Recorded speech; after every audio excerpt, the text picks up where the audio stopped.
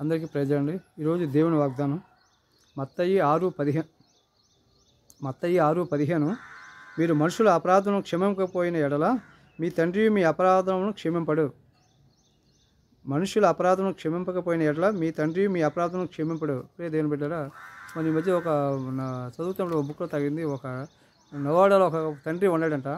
తన 2 కుమార్తెల పైన తను కోపాన్ని పెంచుకుని వారికి రావాల్సిన ఆస్తి విషయంలో కొంచెం ఆస్తి రాకుండా అంతా కూడా ధర్మశాస్త్రానికి రాసేసాడు. ధర్మ పాఠశాలకు రాసేసి తను దాంట్లో మెన్షన్ చేసి పెట్టాడు. ఏమని?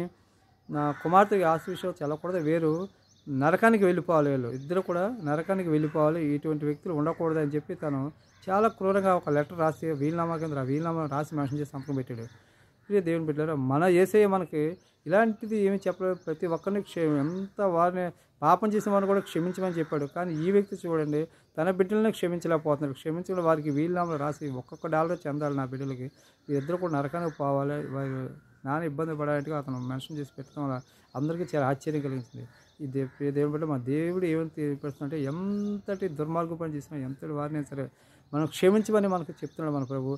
మనం ఎప్పుడు కూడా క్షమించే గుణం కలిగి ఉండాలి, క్షమించే వారిగా ఉండాలి. కానీ ఈ తండ్రి ఈ లోకంలో ఈ తండ్రి చూడండి ఏ టైపు రాశాడు, ఈ టైపు మనం ఉండడానికి వీలేదని ప్రతి ఒక్కరు కూడా మనం క్షమించే మనస్తత్వం ఎంతటి మనకు బాధ పెట్టినా ఎటువంటి సూటిపోటి మాటలు మనం అయినా సరే ఎదుటివాడిని క్షమించగలిగే మనస్తత్వం మనలో యేసయ్య మనలో ఉంచాడు కనుక అది మనలో ఎప్పుడు పరిశుద్ధాత్మతో మన సమక్షంలో కలిగి మనం అందరం ఉండాలని చెప్పి ఈ ఉదయకాలం అందరికీ తెలియపరుస్తున్నాం. అందరికీ ప్రైజ్.